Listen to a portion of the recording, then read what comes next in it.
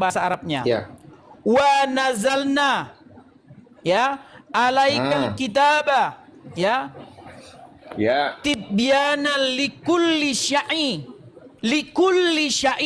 ya, menjelaskan segala sesuatu. Iya, terus. Sekarang saya tanya kepada Anda. Anda percaya? Anda percaya? Saya pastikan Anda tidak percaya. Bang Edis belum jawab pertanyaan saya. Bang Edis belum jawab pertanyaan saya. Segala sesuatu, apapun itu. Tapi saya nggak tanya bikin martabak. Saya nggak akan tanya cara bikin martabak. Saya nggak akan tanya di mana asal usul, di mana lahirnya Hasanuddin. Saya nggak akan tanya itu. Tidak.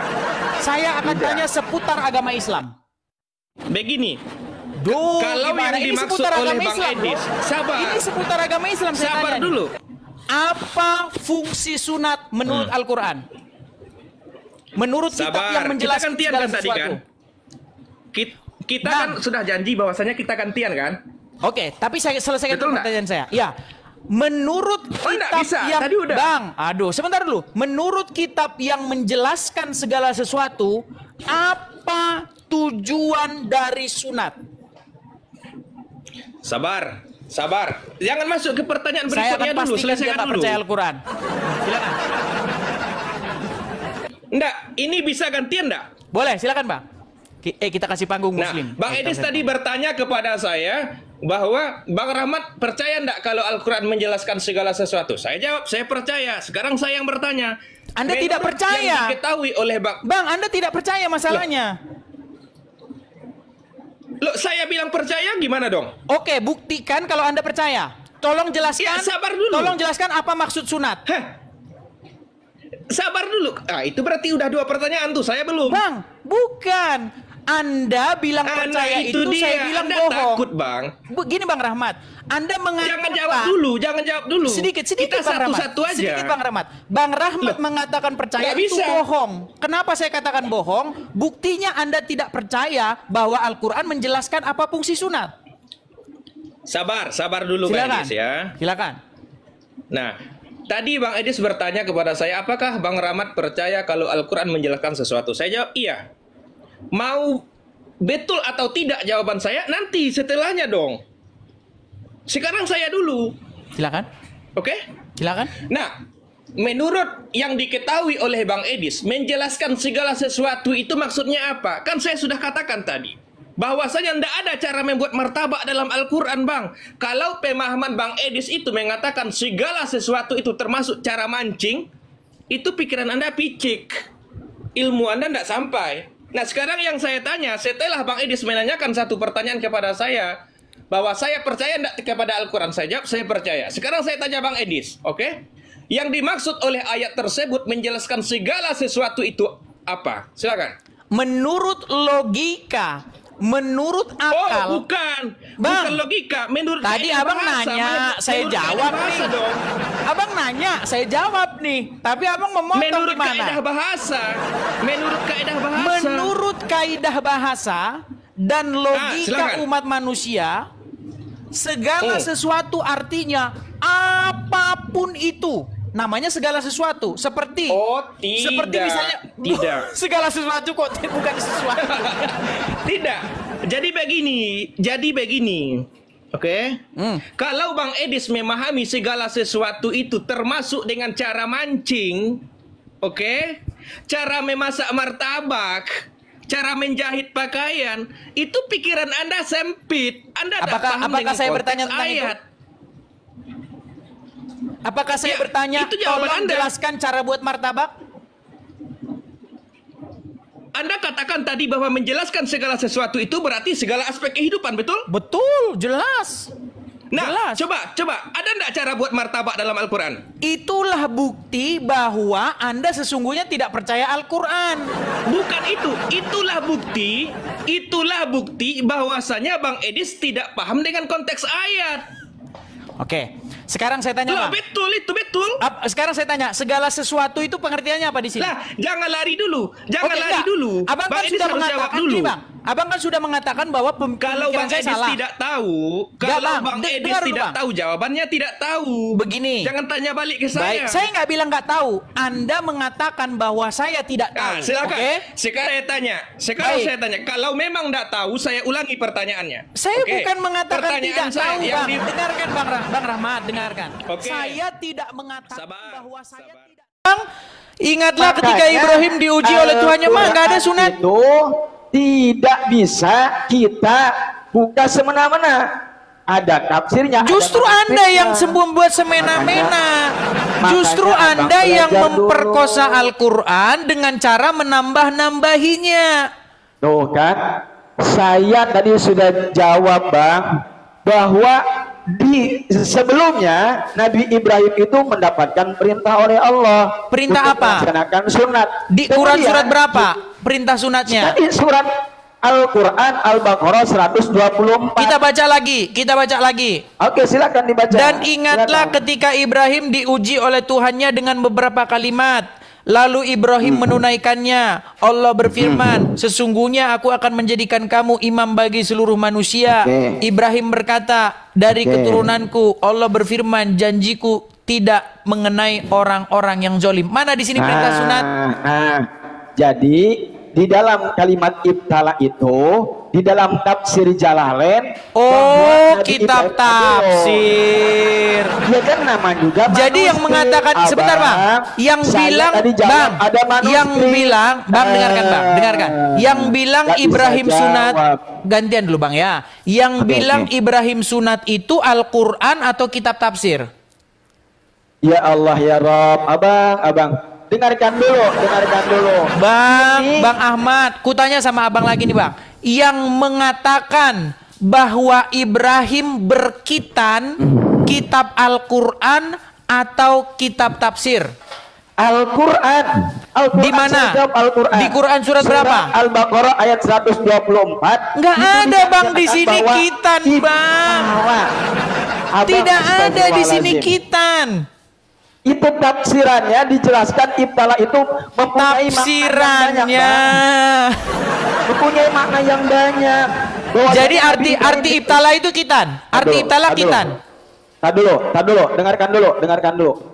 Ibtala itu adalah sebuah perintah Allah untuk melaksanakan khitan, di mana tafsir Jalalain mengatakan bahwa Nabi makanya sebenarnya saya teringat dengan ayat begini, dan celakalah orang-orang yang menulis kitab lalu menambah-nambahkan ayat-ayat kepada kitabnya, dan celakalah orang-orang yang menambah-nambahi ayat-ayat Al-Qur'an.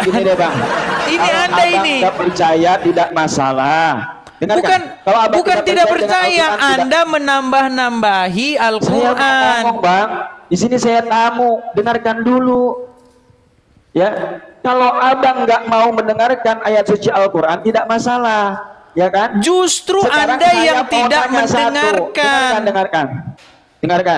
Kalau abang sudah saya jelaskan, namun abang tidak mau paham juga, saya bawakan daripada tafsir manuskripnya.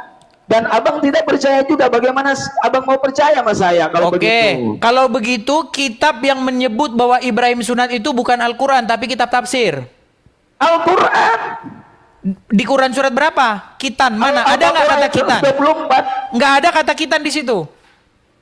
Astagfirullahaladzim, saya ulang lagi. Makanya dengar, Bang. Tidak ada di situ kata kitan. Ada nggak kata atau lafaz kitan di dalam kitab itu? Astagfirullahaladzim, Bang. Dengarkan dulu makanya, Bang. Satu-satu, saya dengerin dulu. Saya sudah dengar, Bang. Tadi abang bilang menurut kitab tafsir Jalalain, bukan menurut Al-Quran. Ya Allah, dengarkan dulu, Bang. Jadi yang bilang Ibrahim sunat itu bukan Quran tapi kitab tafsir. Dengarkan dulu makanya, Bang, dengarkan dulu. Silakan. Nih, jadi Nabi Ibrahim adalah nabi yang kita percayai. Ya, Nabi Muhammad sebagai penerus daripada Nabi Ibrahim. Allah perintahkan kepada Nabi Ibrahim yang pertama, beliau diperintahkan untuk sunat. Mana ayatnya, Bang? Perintah sunatnya mana? Surat Al-Baqarah ayat 120. Coba abang yang baca. Abang yang baca. Al-Baqarah. Coba abang yang baca. Soalnya saya yang baca dari tadi, jadi saya tahu. Abang yang baca. Coba baca. Oke, baca. Dengarkan ya. Bahwasanya di situ ada kalimat ibtala. Enggak, dibaca. Ayatnya yang dibaca, ayatnya yang dibaca. Dengarkan. Bahasa Arabnya. Kita dengar ada enggak kata khitan? Coba baca. Bismillahirrahmanirrahim. Wa ijibtala Ibrahim rabbuhu bi kalimatin fatammahun. Qala inni ja'iluka lin-nasi imama. Qala wa min dzurriyyati. Qala la yanalu ahdil zalimin. Ya, ada kata khitan di situ? Nih, dengarkan ya Bang ya. Dan ingatlah ketika Nabi Ibrahim diuji oleh Allah Subhanahu wa taala. Dengarkan. Diuji ini dalam risalah perjalanan Nabi Ibrahim. Dengarkan dong, jangan enggak, kata khitan di situ ada enggak? Kata khitan di situ ada enggak? Jangan dulu diputus, Bang. Saya mau menjelaskan. Oke, silakan. Nah, Nabi Ibrahim ini diperintahkan oleh Allah untuk melaksanakan khitan.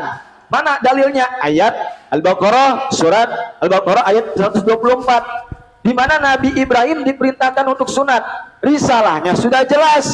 Mana yang dikuatkan dengan hadis Nabi? Begitu, Bang. Ada khitan di situ, Bang? Tentang permasalahan, tentang ujian yang diberikan oleh Allah kepada Nabi Ibrahim tentang melaksanakan khitan. Mana hadis yang menjelaskan, yang menguatkan? Ada hadisnya yang diriwayatkan oleh Bukhari Muslim. Oke. Lalu abang mau nanya lagi, itu lagi.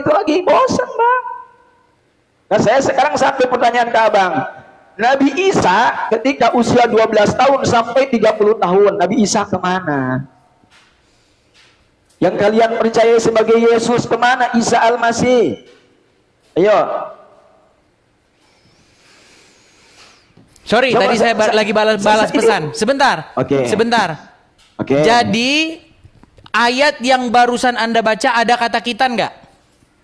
Ya Allah, ya Rabb, ya Rabbi. Nggak, dijawab singkat aja, Bang. Gitu ada nggak kata kalau khitan? Udah deh, Bang. Kalau misalkan abang nggak percaya juga susah saya menjelaskan, Bang. Bukan, Anda yang tidak percaya dengan Al-Quran. Oke, sekarang gini aja. Jangan ke situ lagi. Sekarang gini. Tolong jelaskan fungsi khitan. Fungsi khitan menurut lo.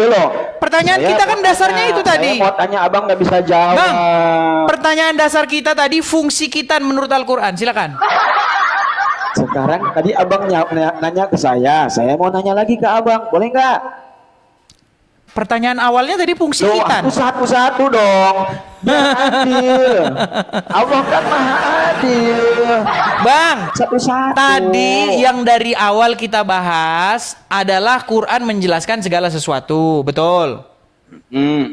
Lalu Anda tidak percaya, lalu Anda ngotot Anda percaya, betul?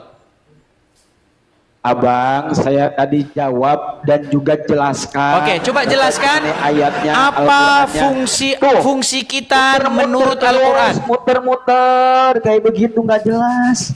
Bang, terakhir Bang. Bang. Apa fungsi khitan menurut Al-Quran? Saya akan jawab, tapi saya mau tanya dulu ke abang. Silakan. Saya mulu dong dijawab. Silakan. Oke. Isa Al-Masih yang kalian percayai ketika usia 12 tahun sampai usia 30 Enggak, kami nggak tahun, percaya Isa Al-Masih. Kami nggak kenal siapa Isa Al-Masih. Tuhan Yesus kalian. Nggak ada, kami nggak kenal Isa Al-Masih. Oh, Yesus. Kalau Yesus kami percaya. Kalau Yesus kami percaya. Yesus ketika usia 12 tahun sampai 30 tahun kemana? Nggak ditulis dalam Bible. Oke, perjalanannya nggak ada. Nggak ada. Apakah ada yang menyebutkan bahwasanya dia beragama Kristen? Nggak ada. Nah, terus kenapa kamu mengikuti Yesus?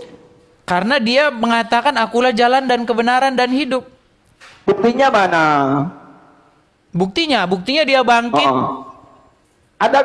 Adakah ayat yang menjelaskan tentang penciptaannya? Ada. Pada mulanya adalah firman, firman itu bersama-sama dengan Allah, dan firman itu adalah Allah. segala sesuatu dijadikan oleh Dia dan tanpa Dia tidak ada segala sesuatu pun yang telah jadi yang dijadikan. Firman itu telah menjadi manusia dan Dia tinggal di tengah-tengah kita dan kita telah melihat kemuliaannya, yaitu kemuliaan yang diberikan kepadanya sebagai anak tunggal Allah penuh kasih karunia dan kebenaran. Oke. Udah berapa pertanyaan tuh, Bang? Lagi ngapain? Kemana? Kemana? Ini merembet ini. Lompat. Ini makin nggak jelas ini. Arahnya makin nggak jelas. Jawab. Tidak bisa jawab. Baterai ngedrop. Oke, sekarang kembali ke pertanyaan saya, bisa? Oke, bisa. Baik, sekarang begini, Bang. Kenapa Anda tidak percaya bahwa Quran itu menjelaskan segala sesuatu seperti perkataan Al-Quran sendiri?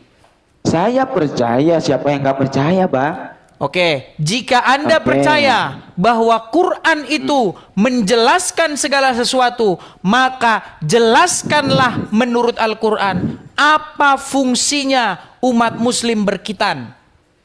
Menurut kitab yang menjelaskan segala sesuatu itu. Silakan. Abang Edis yang paling ganteng dan yang paling lucu. Oke.